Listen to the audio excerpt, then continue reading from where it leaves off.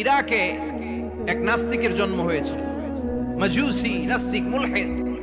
সে বলে বেড়াচ্ছিল আমি স্রষ্টায় বিশ্বাস করি না, কারণ স্রষ্টা দেখা যায় না। ইরাকের লোকেরা বলল আমাদের একজন ইমাম আছে, নাম নু'মান ইবনে সাবিত। কি নাম? নু'মান ইবনে সাবিত, যাকে আমরা ইমাম আল আযম আবু হানিফা বলে চিনি। সবাই বলল তুমি যে স্রষ্টারে খুঁজে পাও না, আমাদের ইমাম তোমারে স্রষ্টা দেখায় দিবে। সুবহানাল্লাহ পড়ে। সে বলল ঠিক আছে, তাহলে তোমাদের ইমামরা আসতে বলো। কবে? সামনের জুমাবারে ঠিক ভর দুপুরে, দুপুর 2টার দিকে জুমার নামাজের পরে আমিও আসবো, তোমার ইমামও আসবে, ডিবেট হবে। দেখি আমি স্রষ্টার বিপক্ষে আর তোমাদের ইমাম স্রষ্টার পক্ষে, দেখি কে জিতে যায়। এই ডিবেট দেখার জন্য হাজার হাজার মানুষ এসেছে ইরাকের কুফা নগরীতে। হাজার হাজার মানুষ এসেছে। ওই নাস্তিকও এসেছে যে আল্লাহকে বিশ্বাস করে না, স্রষ্টাকে বিশ্বাস করে না। সবাই এসেছে, আসে নাই শুধু ইমাম আবু হানিফা। নাস্তিক কয় তগো ইমাম ডরাইছে। কি বলে? তোদের ইমাম ভয় পেয়েছে। উনি এসেছেন 1.5-2 ঘন্টা দেরি করে। 1.5 ঘন্টা দেরি করে যখন উনি আসলেন, নাস্তিক বলে আপনার সাথে কোনো কথা নাই, আপনার তো সময়ের জ্ঞানই নাই, আপনার সাথে কিসের আলাপ? ইমাম আবু হানিফা বললেন ইনদি উযর, আমার ওজর আছে। কি ওজর? তিনি বললেন আমি যখন ঘর থেকে বেরোই আমার বাড়ির সামনে বিশাল এক নদী পড়ে যায়, আর এই নদী পেরোতে আমার নৌকা ব্যবহার করতে হয়। আজকে এসে দেখি নৌকাও নাই, মাঝিও নাই, কিছু নাই। কিভাবে পার হবো? হঠাৎ দেখলাম নদীর পাশে বিশাল বড় গাছ, গাছটা হঠাৎ এমনি এমনি 2 টুকরা হয়ে গেল। গাছ থেকে বিশাল কাঠের তক্তা বের হয়ে গেল। তক্তাগুলো অটোমেটিক্যালি জোড়া লেগে নৌকা হয়ে গেল। এই নৌকা মাঝি ছাড়া সা করে আমার সামনে চলে এলো। আমি নৌকায় বিসমিল্লাহ বলে বসে পড়লাম। হঠাৎ নৌকা আমারে টান দিয়ে ওপারে নিয়ে এলো।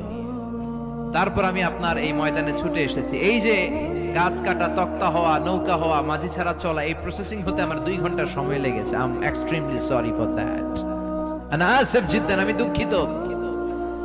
নাস্তিক নেতা বলে তবে ইমাম গাঞ্জা খাইছে। কি খাইছে? তোদের ইমাম মাজনুন, জুন্না আলাই, মাথার তার সিরা নিয়ে যা। ইমাম আবু হানিফা বললেন ময়দানে আমারে গালি দিলেন কেন? পাগল বললেন কেন? তার সিরা বলে ডাকলেন কেন? মাজনুন শব্দ ব্যবহার করলেন কেন?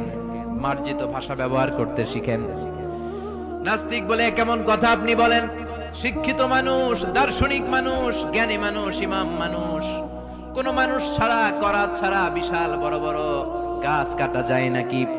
মিস্ত্রি ছাড়া তক্তা বানানো যায় নাকি? মিস্ত্রি ছাড়া তক্তা জোড়া লাগে এমনি এমনি নৌকা হয় নাকি?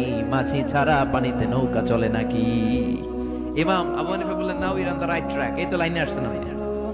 এই লাইনে আনার জন্য তো এত গল্প, লাইনে আনার জন্যই তো এত স্টোরি আমি মেক করলাম। আপনার কথা থেকেই যদি ধরি, করাত ছাড়া গাছ কাটা যায় না, এমনি এমনি তক্তা হয় না, এমনি এমনি নৌকা হয় না, মাঝি ছাড়া নৌকা এমনি এমনি চলে না, তাহলে আকাশ কেমন করে এমনি এমনি হলো? জমিন কেমন করে এমনি এমনি হলো? দ্বীপ প্রহরের জলজলে সূর্যটা কেমন করে কিরণ দিল এমনি এমনি? আল্লাহু আকবার! কেমন করে নবমণ্ডল ভূমণ্ডল সৃষ্টি হলো? কেমন করে দিন শেষে রাত্রি আসে, রাত্রি শেষে দিন আসে? ওইটা যদি এমনি এমনি না হয়, মহাবিশ্বের এই সুন্দর বসুন্ধরার সবকিছু কেমন করে এমনি এমনি হয়? নাস্তিক কয় হায় হায়, আসলেই তো আমি একটা উল্লুকা পাঠা, আসলেই তো আমি হাদারাম, এইভাবে তো ভেবে দেখি নাই। আসলে তো এগুলো এমনি এমনি হয় না। Someone is controlling everything in the world. একজন মহা শক্তিধর মহা এমডি আছে, এমডি ম্যানেজিং ডাইরেক্টর, মহা ব্যবস্থাপক, সব ব্যবস্থাপকদের বড় ব্যবস্থাপক। চিৎকার করে বলেন তিনি কে? বিশাল এক ব্যবস্থাপক আছে, তিনি সব কন্ট্রোল করছেন।